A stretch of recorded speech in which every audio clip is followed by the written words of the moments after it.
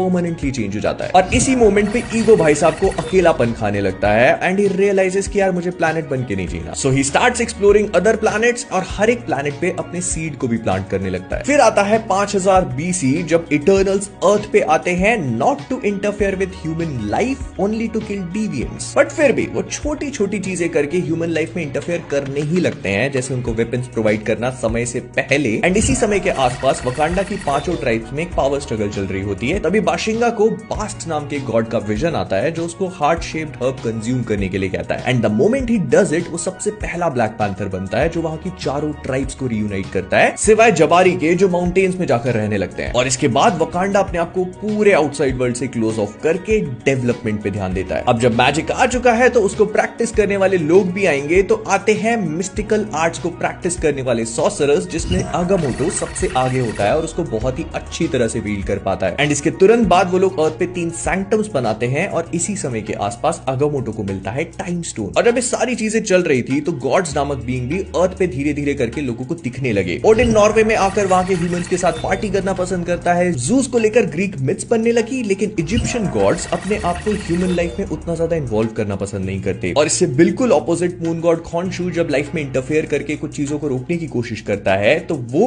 Nearly Egyptian God's को expose ही कर देता है। लेकिन इस वीडियो की कहानियां सिर्फ इस टाइमलाइन तक लिमिटेड नहीं है, क्योंकि वहीं दूसरी टाइमलाइन में 36000 BC के आसपास एनसाबानूर सबसे पहली बार अपनी म्यूटेंट एबिलिटीज को डिमॉन्स्ट्रेट करता है इजिप्शियन लोगों के सामने और अपने 4 हॉर्समैन क्रिएट करता है। उसने पिरामिड्स बनाए और अपने चारों हॉर्समैन का यूज करके अकीबा नाम के क्लैन को जन्म भी दिया। लेकिन जब उसकी उम्र होने लगी तो उसी के खुद के लोगों ने उसको बिट्रे किया, उसके चारों हॉर्समैन को मार दिया और उसे ट्रैप कर दिया अंडरग्राउंड में अगले कई सालों के लिए। लेकिन मेन मार्वल टाइमलाइन की कहानी कुछ और चल रही थी, क्योंकि 2988 BC में मैल्कीड जो है वो कन्वर्जेंस का इस्तेमाल करता है, जिसमें सारे के सारे रेल्म्स एक लाइन में सीधे आए ताकि वो पूरे ड्रैसिल के ऊपर पहले की तरह एक इटर्नल डार्कनेस को लेके आ सके, सो दैट उसके डार्क एल्व्स आराम से हर कहीं रह पाए। लेकिन ओडिन के पिता बोर उसे एक वॉर में ये करने से रोक देते हैं। और इसी समय के आसपास अर्थ के पॉकेट डिमेंशन टालो में ड्वेलर ऑफ डार्कनेस लोगों की सोल्स पे फीड करने लगता है, तो वहां के लोग ग्रेट प्रोटेक्टर के साथ मिलकर उसे एक माउंटेन के अंदर बंद कर देते हैं। और इसके कुछ ही समय बाद शुरू होता है ओडिन और हेला का रैम्पेज। ओडिन जब अपने पिता बोर का थ्रोन लेता है तो उसको समझ में आता है कि मेरे पिता कोई शासन नहीं कर रहे थे, रूल करना क्या होता है मैं बताएगा। और वो अपनी बेटी हेला के साथ सारे के सारे 9 रेल्म्स को इम्प्रिजन करके उनको स्लेव बनाने का काम शुरू कर देता है और उन्हीं स्लेव्स का इस्तेमाल करके उसने एसगार्ड का रॉयल पैलेस भी क्रिएट किया। एंड इसी समय के आसपास ओडिन ने कभी सर्टर को भी हराया, जो कि मुस्पेलहाइम में अगले 5 साल तक बस आराम करता रहा। और इसके बाद 575 BC में इटर्नल्स पहुंच चुके थे बेबीलोन, जो उसको प्रोटेक्ट करते हैं, उसको डेवलप करवाते हैं और उसके